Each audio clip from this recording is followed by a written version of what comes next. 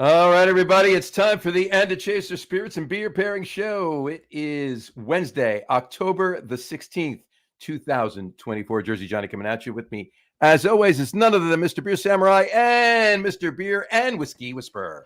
He's 2 in 1. There's a lot of voices going on up there, John. He's two drunks in one. What the hell's that you're wearing, Dave? I'm wearing the colors for the night, man. Oh, Actually, sometimes I forget. Actually, technically, and it's through no intention by any means, I'm actually wearing the colors for the night. They're wearing their black alternate jerseys tonight. Doing the black. Oh, look at you. All right. Well, I never thought this would happen, that the Dodgers and Mets would end up in the series together. Yeah. The last time the Dodgers and the Mets played each other in the playoffs, who won? Dave, who won that? Well, the thing is, the problem is I'm still have PTSD from Kirk Gibson. So, well, no. I didn't say the NLCS. I said the playoffs. Oh, the playoffs. Well, no, I'm sorry. I haven't gotten past that to rember anything since. Oh, well, that whole arm pump through there, and it's just like, man. Well, I don't have that still gives me an orgasm. I tell you what, the Mets every fucking time. The Mets beat the Dodgers in the NLDS in 2015 on their way to losing the World Series. All right. Well, yeah. I wish you had something to brag about, but you dropped the fucking ball. Well, at least we were National League champs. At least we won the pennant that year. Right? Yes, we did. So here's my thing. One of my regular customers who recently moved away is a diehard Padres fan, and he's been talking all season long about how the Padres were going to kill the Dodgers. Padres are going to kill Dodgers. Hate this. Dodgers. Anyways, well, we know what happened is the Dodgers beat the fucking Padres. So as far as I'm concerned, right now I'm good. I don't really care what happens next, as long as that loudmouth asshole knows that we beat him. There you go. Not for nothing. Tom, we live very close to Philadelphia, so you can imagine what Phillies fans are like. They're just moderately better than Eagles fans. Oh, gotcha. No. But are they worse than Yankees fans? Yes. Because Yankees fans are the worst, in my opinion. But no. Yankees fans are surprisingly less arrogant this year than normal. What's funny is there's a video that went out there. It was a guy saying he's jealous of the Mets right now. He's a big Yankee fan, but he's jealous of the Mets fan because of how much fun they're having. Because we're having fun. Between the OMGs, the grimace, it's fun. It's fun baseball. The Yankees, it's corporate. You need to win. It is. That's right. And even in Times Square today, McDonald's put up a banner saying, "Was it luck? Was it skill? No, it was grimace." Grimace, yeah. Tom, do you know the story behind grimace? The Mets were sucking it up, sucking left, right, everywhere. They couldn't do anything right. They were 11 games under 500 and in last place. Last place in the NL East. And then by the end of May. And then the beginning of June hit. And then they had grimace throw out the first ball. Mm-hmm. And they went on this tear. From the beginning of June through now, the best team in baseball are the Mets. In baseball. Wow. And American League. Ever since grimace threw out that first pitch. Grimace threw out the first pitch. If you're going to go out to Citi Field to see a game, and you're from Manhattan or New Jersey, you take the 7 train out there. If you're from, the west side of Queens and Brooklyn, you take the 7 train to go out there. They have actually put decals of grimace on the 7 train. That's funny. I didn't know that. Okay, that's interesting. McDonald's actually had put grimace on that train and took promotional pictures. Exactly. Wow, that's crazy. All right, let's get on with this. I know you got something to do, so yeah, I got to get on with this because I got to get on with it. Because the name of the sports show is "Get On With It." There we go. And he's in a hurry to watch the Mets lose tonight. So Mets are not going to lose tonight. Mets are not going to lose. The Mets are going to lose one more game this year, and it's going to be to the Yankees in the World Series. One more game. That's bold. Did you say that was no? I thought he said that was bull. Okay, never mind. No, that's bold. You heard it here first. The problem is, John. Of course. It could be the bourbon talking. It could be the bourbon. I haven't had anything to drink yet today. Can we get on with it? I'm very thirsty, and I am thirsty. All right, one of you make your cocktail first? Go for it.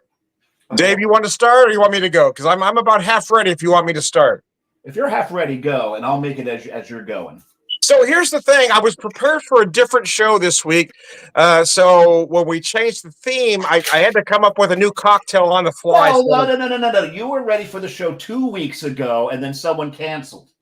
I don't want to hear it. I was ready for the show, but when the theme changed, I had to change the cocktail. So anyway, long story short, I've never made this cocktail before. I'm making it right here on the fly with you.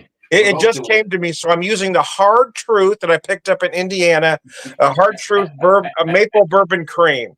I got the Hard Truth maple bourbon cream, and I'm also using from Ohio the King and Dane coffee liqueur.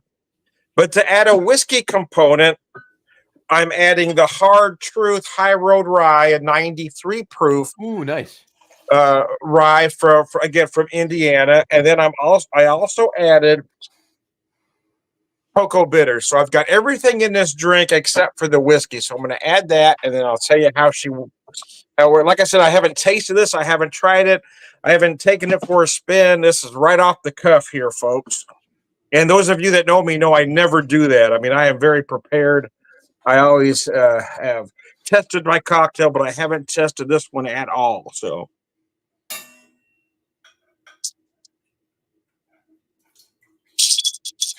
There we go. Let me strain that in there. And I grabbed the cinnamon stick for a garnish. I don't really have a name for it yet because, like I said, I just came up with the little bastard. But again, it's got bourbon maple cream. I've got coffee liqueur, and then I've got a rye and a cinnamon stick and cilantro. In my nice little, this glass, by the way, my wife found on her thrift store run in Ohio. So very nice. How is it? Oh gosh, it's delicious. I wasn't sure. So the only thing I was concerned about is I didn't know if the whiskey would make it curdle. But I was hoping with the addition of the coffee liqueur and bringing the rye down to 93 that it wouldn't, and it didn't curdle on me. So there you go. Nice. I mean, it's delicious. So bourbon maple cream is going to give you some chocolate, but the addition of the maple is really nice. This is a very nice product from Hard Truth. That's why I use both Hard Truth products here.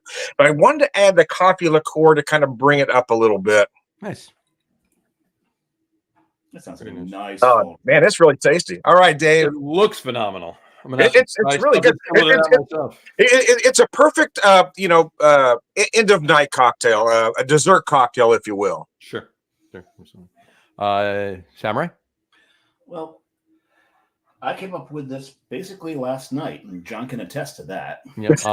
At the tail end, after the tail end of the beer podcast. The Lager Room guys. We call it the Lager Room guys. We call it the Lager Room guys. But I was looking at my bar. I'm like, well, if it's going to be a liqueur, which liqueur am I going to use? So I decided to challenge myself. And I'm starting off with some Sambuca. That is the liqueur that I'm going to use for this. And I was trying to look at my bar, go, what is going to be able to cut in Sambuca? The thing about Sambuca I don't particularly like is the mouthfeel. It's got that viscous mouthfeel to it that I'm not fond of. Mm-hmm. Nor it's a little on the sweet side for me too. It is, yeah. It's a ton of sugar in Sambuca. Yeah. So well, you take the cap. Anytime you take the cap off of open Sambuca, it's worse than maple syrup. Yeah. It's grinding because of all the salt that's around the edge, right? It grinds. So I figured here is one thing that is definitely going to cut into the body and the sweetness. I got me some grappa. Okay. And we've got some grappa from our friends down at Jersey Spirits. So John, that's interesting. All right. And then I got some. I figured, well, what's going to go well with some licorice? Lemon goes well with licorice. So I've got some lemon juice in there. So I've got 2 parts of grappa, 1 part of Sambuca, 1 part of lemon juice. Bunch of orange bitters in there as well, as you like. Orange bitters, okay. Got an I was curious what you're going to do with that. Yeah. Got an orange peel that I'm going to express and then throw in there as a twist. Well, that is clever as hell. If this works, that's brilliant. Let's see. It's probably going to need a tweak. And put everything in a coupe. Look at that. It's a martini. It's a standard martini. No, it's not a martini. It's not a coupe either. What is it? This is a what do they call this? It's a something and something. Not a Jack and Jane. Jack and Jane. Oh, Nick and Nora. Nick and Nora. That's it. And there was 2 names. This is a Nick and Nora glass. Yeah. Bread and apple. A Fred and Ethel? Let's call it a Fred. Actually, maybe that's what I'm going to name the drink, Fred and Ethel. Fred and Ethel. That's what you should do. I like it. I like Fred and Ethel. Wow. What's interesting is, I'm really liking this. I'm not a big licorice fan. The licorice has actually been enhanced, believe it or not. All right. The body has that grappa really cut into that body. The lemon's adding a brightness to it. I have to come up with a better name for it because this is a better drink than just coming something offhand like that. But this worked. This actually worked. I'm shocked. I thought this was going to be horrible, but these work together. So, John, just get my ice in a glass. I put it in a thermo flask so it doesn't actually melt. So that's a good thing. Keep mine in. Okay. So here we go. So I'm starting my liqueur. By the way, everybody, the reason that we didn't even announce this, the reason we're doing a liqueur cocktail today is because it's National Liqueur Day. Happy National Liqueur Day. Yeah, here we are. We're talking about the theme of the show. We never even told people what the theme was. The theme was to make a cocktail with a liqueur. With cocktails with liqueur. No, I really don't. I mean, I hate liqueurs. That's what it's about. I think I only have one, but I forgot I had this maple cream in the coffee we just bought. So, look, I forgot that one was in a box somewhere. Most serious spirits drinkers don't particularly like liqueur because all it is you're taking a spirit and you're adding a shit ton of sugar to it. Right. So I'm using the Drilliard from France, the banana liqueur. Oh, wow. Okay. All right. That's when I opened it before. I'm like, smell that. Here, smell that. Yes. Smell that. All right. So we're going to start with. See, I bet that would go well with my cocktail. That chocolate banana thing going on.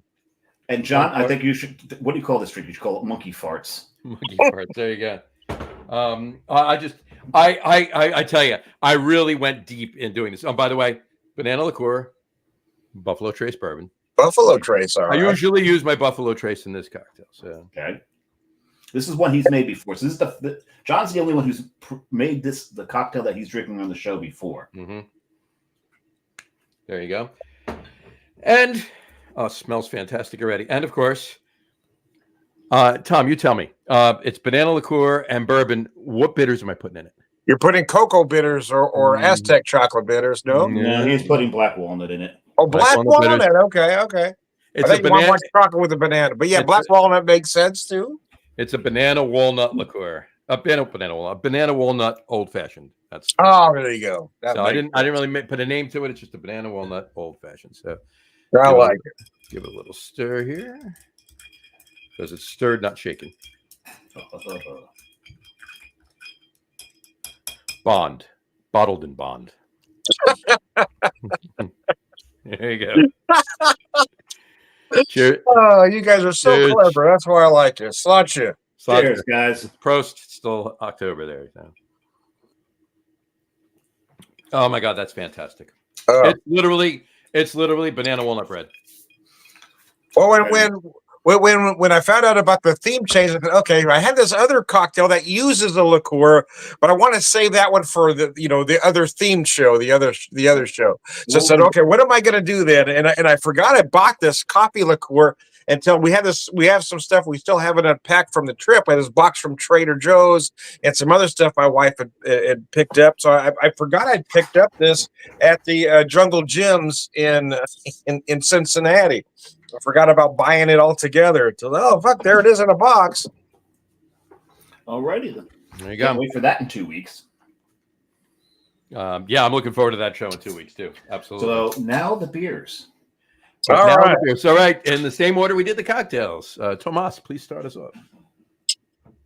So here's what I got. I wanted to do something different. I want to do something big with a lot of flavor.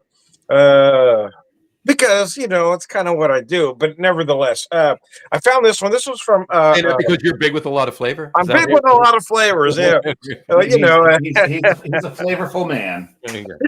So anyway, I picked this one up at a Randall's just the other side of the river, just before we came back into Missouri. This is from Dark Horse Brewing out of Michigan. Oh, I love them. But I can't get them here in Missouri, so I've got to get them when we go on the other side of the river. Anyway, this one is Plead the Fifth. Plead the Fifth some more. It's a bourbon barrel aged Russian Imperial stout with obviously other flavors going on. That whole series, what they do is all of their stouts is first, second, third, fourth. They're all ordinals. Yeah. And they're So, all. have you had this one, Dave? I've not had fifth. I haven't either. This is the first time I popped it. So I think I've had third. I think I've had fourth, but I don't think I've had fifth.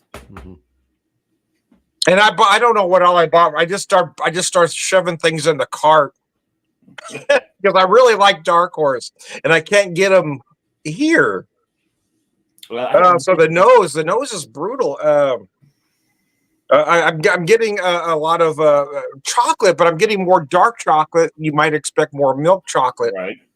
But I'm getting more dark chocolate. I'm feeling the other things. So I'm feeling the graham cracker, the marshmallow. I lied. I have had the fifth. No. You pled the fifth. I did plead the fifth. That's a whole other thing, Dave. No, oh gosh, that is gorgeous. So you guys know me. You know I'm a bit of a purist. You know I'm not a big fan of liqueurs. I'm not a big fan of flavored beers. I don't like things going too far. And to me, I typically wouldn't buy a beer like this. And in fact, to be honest with you, I picked it up by accident. I was picking up just a lot of Dark Horse products. But I got to tell you, this one is absolutely gorgeous. It's not as sweet as the name would make you believe, or the idea would make you believe it is. So I've actually had this a couple times, and the first time I had it, I put strongly bitter from the roast with back notes of licorice and booze. This one's big, and there are some nice dregs. So you say dark roast? Yeah, I am feeling that, but I'm interpreting that more as a dark chocolate bitterness. Well, here's the thing: if it's had licorice to it, it means it's probably aged a little bit, and that's probably oxidation that I was getting licorice out of it. Yeah, because I'm not typically. I wouldn't say licorice. I would feel it as anise, but I'm not getting that here. I'm getting that dark chocolate note. To me, that's the same flavor. Yeah, I'm just telling you. That's how I would say it. That's how I would interpret it. That's the word you. Yeah, but yeah, that's usually what licorice is. Usually, what I get when you get like those 2-row malts of Paris Otter oxidize. Yeah, I get that. Yeah, no, I'm not feeling that. But again, that means you got a fresh one. Mine was probably older. For me, the interpretation is more again like that slight dark chocolate bitterness, right? That 70% dark chocolate, if that makes sense to you. Yeah, no, absolutely. Oh no, I'm a big fan of dark chocolate. I know what you're talking about. Oh yeah, big fan too of dark chocolate. I've only had two dark horse beers. I have not had Pled the Fifth. I have had Crooked Tree IPA. I love that Crooked Tree, baby. That's a damn good beer. Double. See, I was hoping they had the double Crooked Tree, but they didn't. They didn't have the Crooked Tree or the double there. I was a little bummed because that's what I bought in the past. But I haven't been to this particular liquor store in over a decade. Gotcha. And I had the Trey Blueberry Stout. Oh, okay, good. Gotcha. So I've got another one that I haven't tried yet. It's an IPA. Called Smells Like a Safety Meeting, and I bought that for the name. I bought that for the name alone because I know I've been responsible for more than one safety meeting. Sure. All right, Samurai, what are you drinking? Well, I figured I'm drinking a grappa. So something light. I want something fresh, something that's going to go well with the lemon and the licorice in the Sambuca. So I decided to go with an Italian Pilsner. Oh, really? Okay, that's an interesting choice. Okay. Not bad. Yeah, oddly enough, little story for you. Little story for you. Yeah, no, I'll think of it. I just lost it. It'll come back to me. Go. Continue. So drinking the Frusta, Carton Brewing. They jumped into the lager game, and they jumped into the lager game strong. Most of everything that they put out is spot on. Frusta, I believe, is supposed to be a clone of Moretti. So I believe that's the owner's favorite Italian beer. Was it Peroni? No, I think it's Moretti. It's Moretti. It is Moretti. And it really does work. That would make sense, yeah. Because you got that light crispness with that particular cocktail. And why don't you tell everybody what Frusta means in Italian? It means whip. It means whip. Why does it mean? Why would they call a beer? Why would they Whip call me, it hurt me, Italian make me write Pilsner? bad checks. Why would they call an Italian Pilsner whip? Well, Carton's favorite color is orange, and there's a whole long story as to why it became orange. It was not particularly chosen. It came out of a rant. But orange is the color of Carton, and the owner wears orange. Most of him and most of his employees wear orange sneakers, by the way. He has an orange Porsche. He's got an orange Jeep. Everything's orange. It just became a thing. See, I used to like him until you told me that, so now I can't do it. Oh, if I told you the story, we don't have time for it. I'll tell you the story one day of why orange became it. No, it wasn't the orange. It was the Porsche and the Jeep.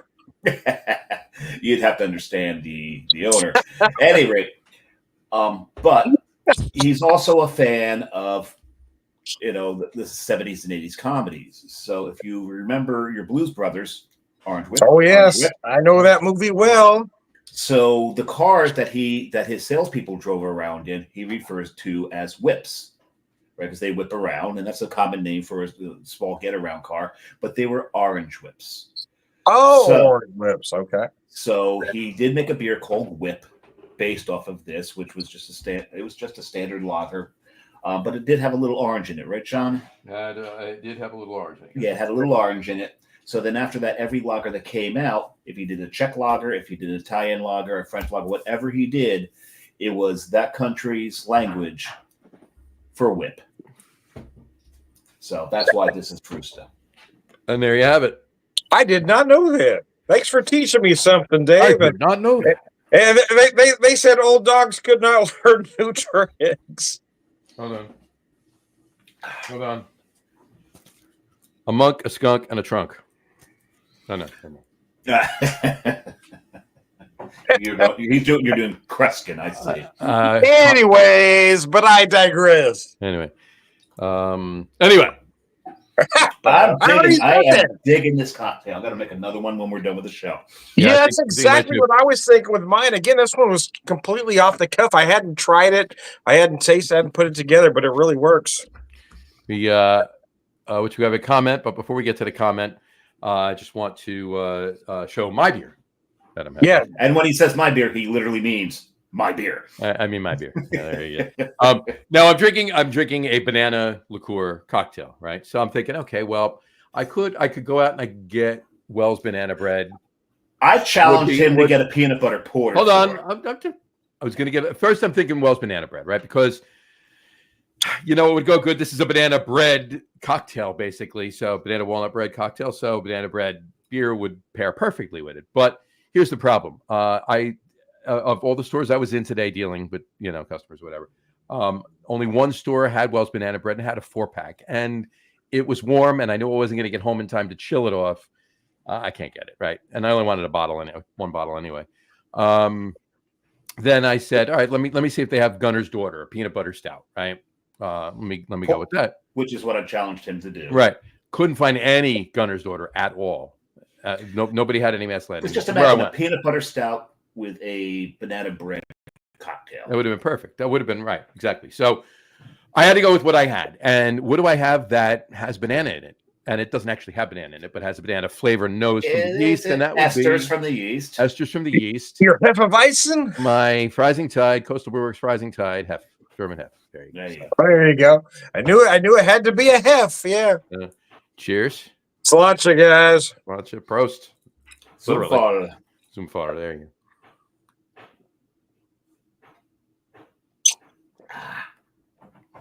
These are working nicely together. This is working nicely together too. This is really good. Oh yeah, actually, that's very good.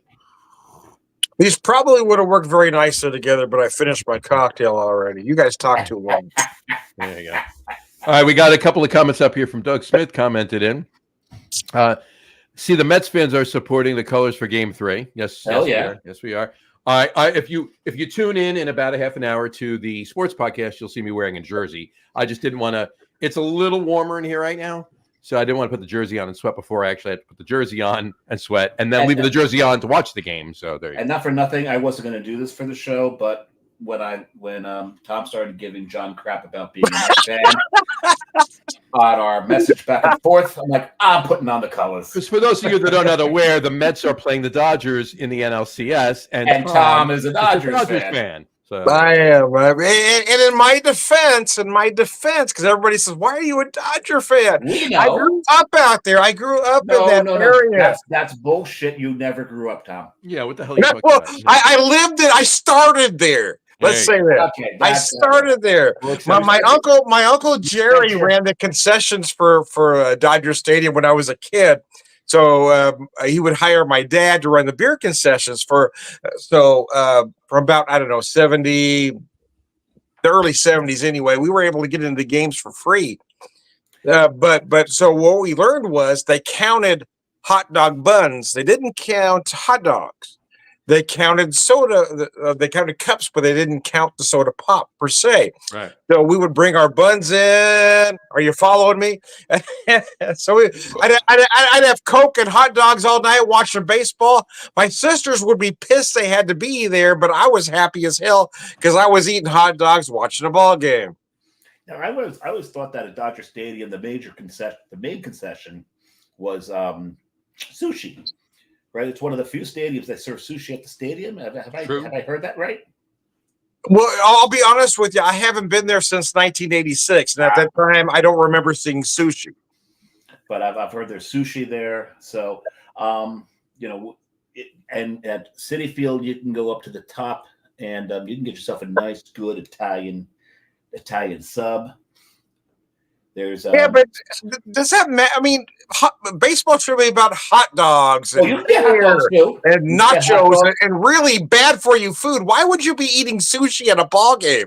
The idea of that just upsets me. Yeah, hey, Tom. 2 words to answer that. Los Angeles. There you go. Well, I would never eat sushi at a ball game. I don't care how good that sushi is. Yeah, I got to be honest with you. I don't think I would either, even if I was really. Yeah, so. There's actually I don't think they had it this year, but either last year or the year before they had poke bowls at Citi Field. That's weird. Oh, they did. I'm not sure that lasted, but no, I didn't. No. We've got the Nathans in Citi Field. Nathans, yep, we do. We got Shake Shack. We got Pat LaFreda. Yes, the burgers. And there's and my favorite, and these are all over the stadium. Those are just one of each, right? My favorite all over the stadium is the kiosks with the Premio sausage. That's what I get, the sausage and peppers, hot and sweet. Yeah. So, a couple of the comments from Doug Smith. He said, "Our point is that every stadium reflects its clientele." That's true. That's true. That makes perfect sense, Dave. Other comments. He said, "Go Mets." He wants to see another Subway Series, as do we. We need revenge for the last one. We do, and then I can't respect anybody that wants to see the Yankees in the World Series. Those guys are assholes. Hold on. Then we want to see it just so we can beat them. Those guys are fucking assholes. And then Doug Smith said, "Beat the Yankees, please." There you go. Okay, I'll give you that, Doug. Listen, this is the redemption tour. This is the redemption tour, right? Okay. The Phillies. We took out the Brewers. We're going to take out the Dodgers. Took out the Phillies. Now we're getting redemption for 1988 and taking out the Dodgers, knock on wood, and we'll get redemption for 2000 in the World Series by taking out the Yankees. The only reason I'd pull for you here is that I always pull for the underdog, and I got to believe you're the underdog here. Oh, we are the underdog in every game we've played. So if it happens that way, yes, I'm going to be rooting for you because I always pull for the underdog. But there you go. And I wouldn't suggest that Doug Smith wanted to see the Yankees win. The Red Sox fan that he is. Yes. He's not going to want to see the Yankees win. Oh, yeah, I forgot about that. Well, here's the thing. Oh, those Red Sox fans. That's a different kind of evil. The one thing that I've never understood is that if you're in, like, the finals, right? You're in semifinals. You're going to go to the finals. And you lose to Team A. And you're going to go play Team B in the finals. The fans of Team A who lost are now rooting against you. Yep. Which I've never really understood because you'd want to think. See, I agree with that because I've always been of the same mind. Yeah. You beat us to validate that we were good. Yes. You need to win everything. Uh-huh. I agree. Yeah. And the biggest example was when the Rangers beat the Devils in '94.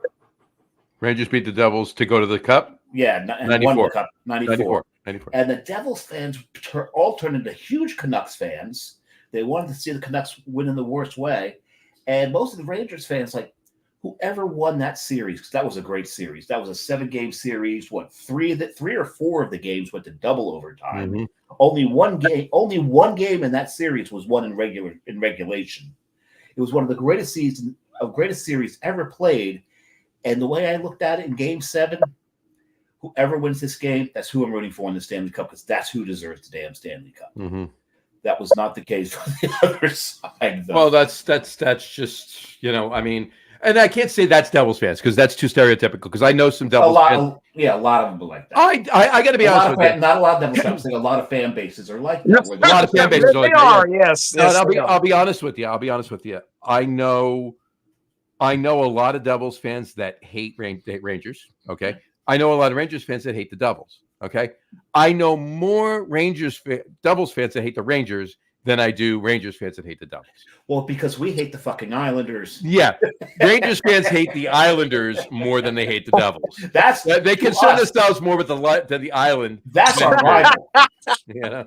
That's our rivals, the Islanders in our eyes. So when the Devils fans pay way too much attention to what the Rangers do, because they even have a chant, no matter who they're playing in their stadium, when they do the shaving a haircut thing, and someone will whistle. And this was a Rangers thing, because we would do the shaving a haircut, but it was Potvin sucks. Right, Potvin sucks. Yeah. Which it's historical. I really think it needs to end. Potvin, he retired 30 years ago. Yeah, and then whenever the Rangers play the Islanders, they still do the Potvin sucks. No, but definitely when they play the Islanders, you have to do that. So they don't hold a grudge for very long. Is that what you're telling me? It's actually funny. When we're playing the Islanders, it's funny. But when the Devils do it, it doesn't matter who they're playing. They do the shaving a haircut, and they just say, Rangers suck. And it's funny because I was at a game with my son. The Rangers had clinched the playoffs. The Devils like two weeks ago. Prior to that, and the Devils had been eliminated the week prior, and they're doing that. And as we're walking out, this kid is screaming, "Rangers suck, Rangers!" Well, they played the Kings that night, so I didn't get it. And I said to my son, "I'm like, I don't get this. The Devils were eliminated. The Rangers are in the playoffs, so I don't get what he's saying." And this one guy, Devils fan, he's wearing a Devils jacket. It's got green sleeves on the jacket, so it's old school. That's old school. That's when they were the Christmas trees. This guy had been a fan from the beginning before they won the Cup, because most of the Devils fans, they're fans because they won the Cup. Mm-hmm. And this guy turns around, looks at me, goes, "We don't have the smartest fans." This is very true. And I couldn't stop laughing. Well, the Devils do. They spread the suck around, right? Because basically, once they score a goal. They play the song da na na na na na, right?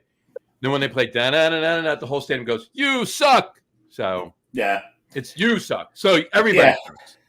Well, actually, what they do is, and it's such a family atmosphere there. They do Rangers suck, Flyers blow, Capital swallow. I think it's what they say.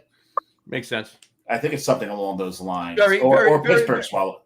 Very family oriented. Yeah, very family oriented. They're such a classy fan base. Gotcha. A couple of Doug Smith comments. He said, "Fuck no, hate the Yankees." and then he said, "If you are from New England, you are required to hate the Yankees and the Montreal Canadiens." That makes sense. Yeah, makes sense. So there you go. Funny story, really quick. Hockey. I'll leave it alone. Now, I've been a Rangers fan since I was. That I can remember. My father, big Rangers fan. But Jersey Johnny, I'm a Giants fan, Mets fan. Real quick. So John's father gave him the Giants and the Rangers, but his father's a Yankees fan. Mm-hmm. Well, yes. Well, I'll explain. Which is interesting. I'll explain it. I'm a Knicks fan. Okay, but my father's not a basketball fan. The only basketball game my father ever took me to see was the Harlem Globetrotters, and that was pretty cool. Oh, there you go. That's some bullshit right there. Them in the 70s. Yeah, so them in the 70s, Meadowlark Lemon, Curly Neal, all of them. Oh, yeah. Oh, my God. Yeah.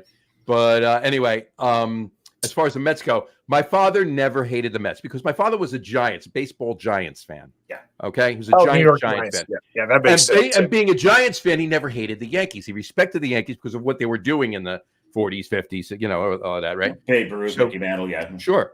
When the Giants moved to San Francisco, he did not, like a lot of New York area fans, he did not want to become a San Francisco team fan. So he just continued to watch the Yankees. Then the Mets 4 years later came into play. So we started watching the Mets.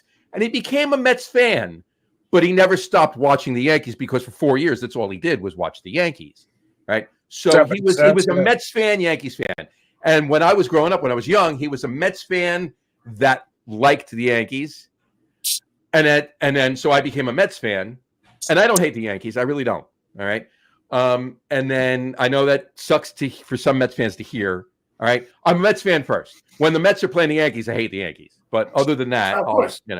Whatchamacallit. But my father, at some point, I don't know whether it was like the 70s into the 80s or whatever, he went from a Mets fan that liked the Yankees to a Yankees fan that liked the Mets. So he still watches the Mets, but he's a Yankees fan. So that's where that came from.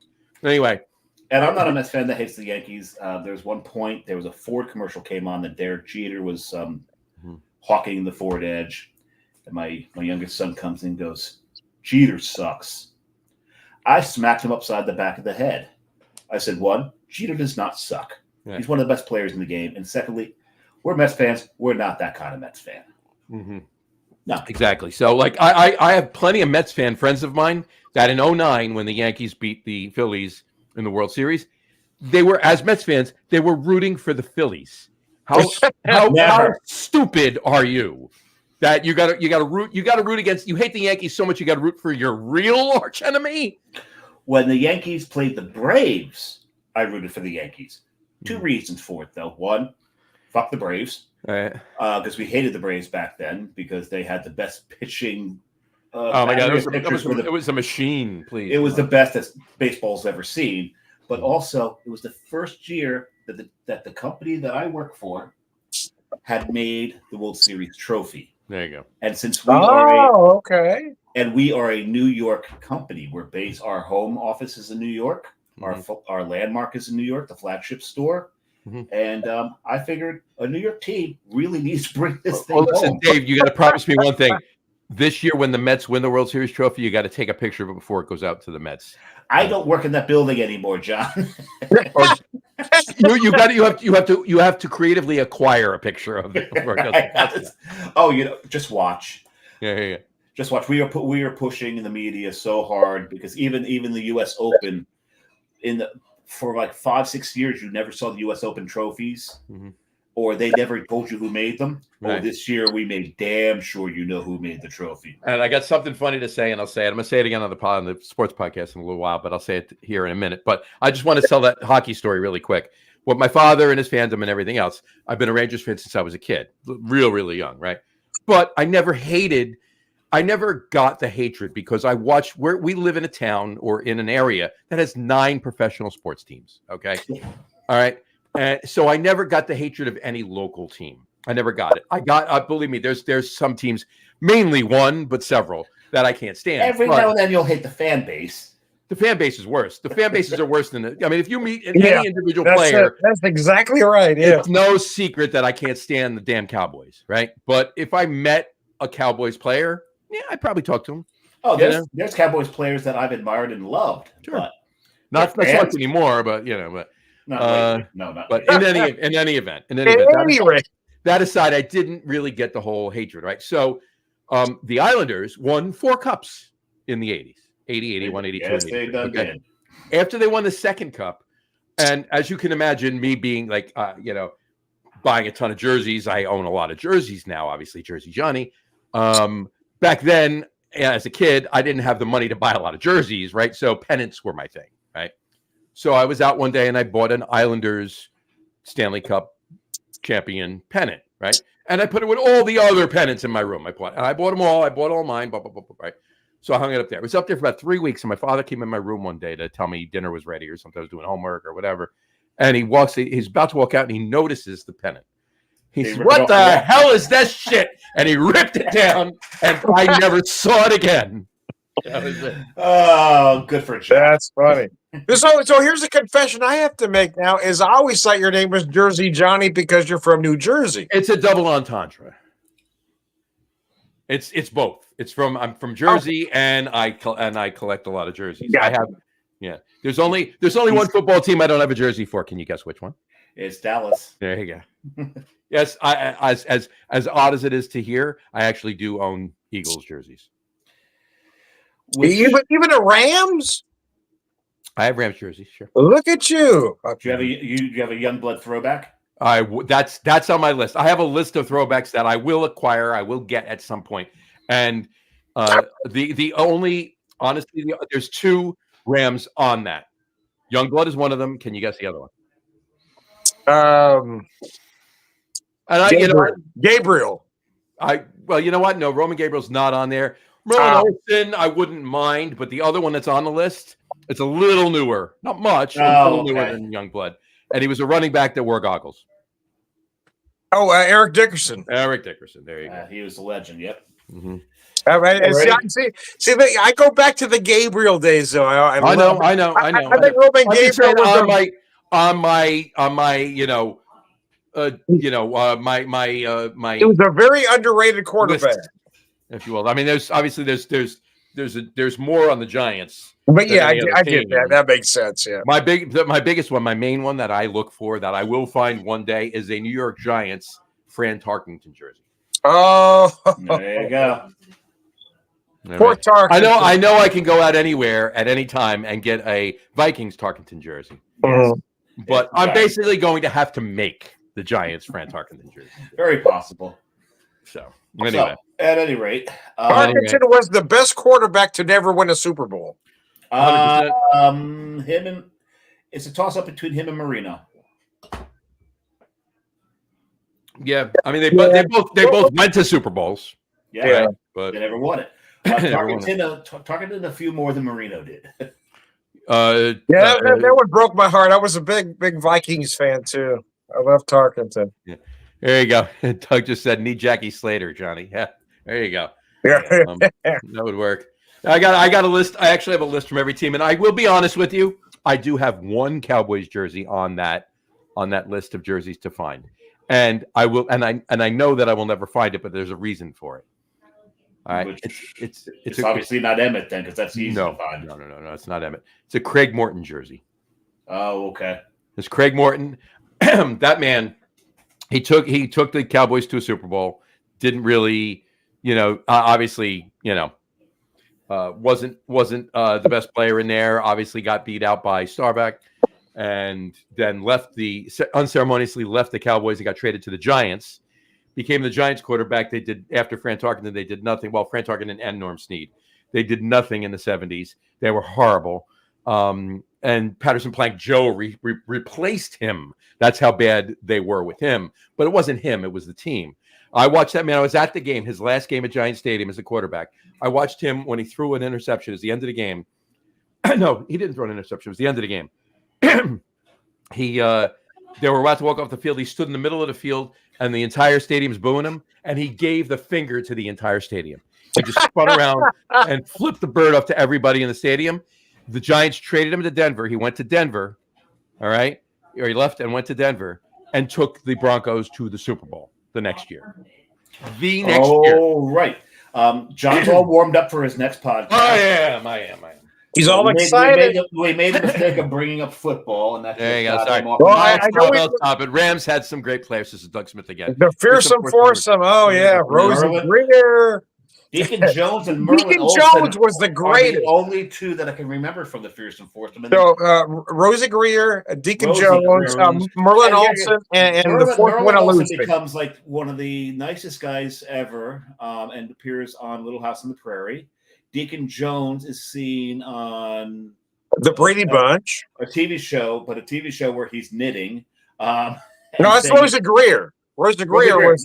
Sorry, Rosie Greer. And it wasn't knitting; it was needlepoint. Needlepoint, and also starts singing "It's Okay to Cry." I would like to point out one thing to you. Rosie Greer, part of the fearsome foursome, only won one championship. Who did he win it with? Who did he win it with? I don't know, John. Well, he won it with the team that drafted him. Who was? The New York Giants. I figured that's what you're doing. Oh, Okay, well let's move on. Let's get back to booze. that's it. I'm out. He played with the Giants longer than he played with the Rams. Oh, please stop. Let's go.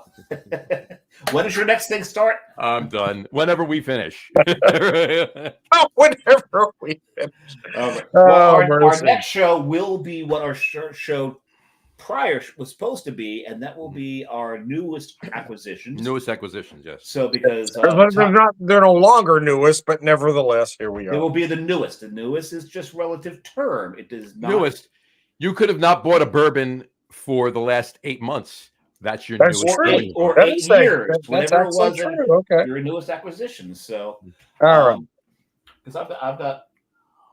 Yeah, I got something that's not even open yet. So, and I bought a couple weeks ago that I'll make something with. So I've got some vacation stuff I really want to open with you guys, and I've got one particular cocktail that I've been saving for that particular trip. I do as well. That's gonna be fun. It just happened to be Liqueur Day, so we went with that. Mm-hmm. So we'll do that in 2 weeks, and we will. We'll see everybody in 2 weeks. We will do that then. And which we call it. Doug Smith just said Lamar Lundy was the fourth time. Oh, yeah, that's right. I keep forgetting that one. Yeah. I remember those three all, but I can't remember Lamar Lundy. Damn. Thanks, Doug. Exactly. So we'll by the way, both of you wrap up your drinks. Not your beers, your drinks. I wrapped them up already. They're done. No, just your so how they finish your cocktails? How they finish? My cocktail was the Hard Truth Maple Bourbon Cream. It was the King and Dane Coffee Liqueur. It was 2 ounces of the Hard Truth High Road Rye and some cocoa bitters. My beer was the Dark Horse. Plead the fifth some more. Plead the fifth. Plead the fifth. Yeah. Some more. There you go. And you got the s'more version. So I had the bourbon barrel aged version of it, non-s'mored. Oh, this is barrel bourbon aged, but it's a s'more. Yeah, mine was not the s'more version. Right. So which and yours, Dave? So with the well, before that, Tom, did you come up with a name for yours yet? No, I don't know what to call it. I just invented the thing like 3 hours ago. I got to come up with a name for it. I got to come up with a name for mine. I'm kind of digging this. This actually works for me. I like this a lot. I like the way the Frusta kind of coffee liqueur got out of the way of it a little bit. But still, the Frusta. They just work together. I can't even explain it. Yeah, we'll just go with that. I will tell you this much as far as mine goes. This was the pairing actually worked well because the esters and the banana more nose than in the flavor. Obviously, there's more bubblegum and clove, more clove than anything in the flavor. But I imagine the clove was enhanced when you drink it. It was enhanced, and it actually. Here's the thing, right? I'm looking for the beer to enhance the cocktail, not the cocktail to enhance the beer, right? So, that's it. Okay, that's very interesting. All right, I like it. Right. So it worked the opposite way. It worked that way. Now it was enhanced, but this paired well.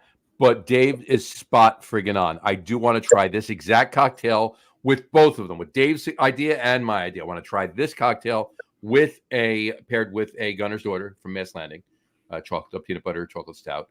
And I do want to, and maybe when I do that, I won't put the walnut bitters in there. I'll put Aztec chocolate bitters in here. I'll do that. Yeah, Aztec chocolate. Definitely go Aztec chocolate. Yeah. But I'll make the same cocktail with the black walnut bitters and try it with the Wells banana bread.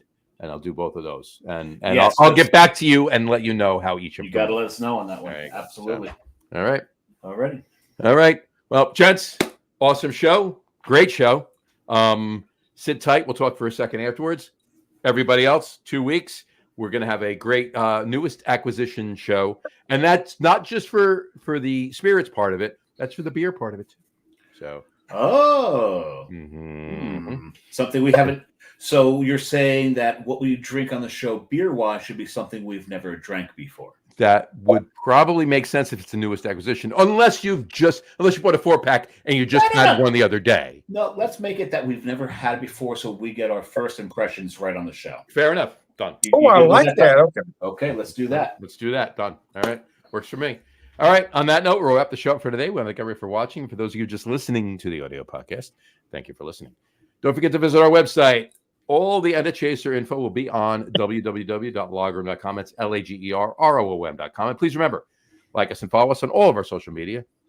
Well, at the moment, it's just Facebook. But Please. yeah, please. It's very important you actually do follow us on Facebook because you're going to get all the information that we put up there. Anything that we post on the Log Room website is going to go up on there for Edit Chaser.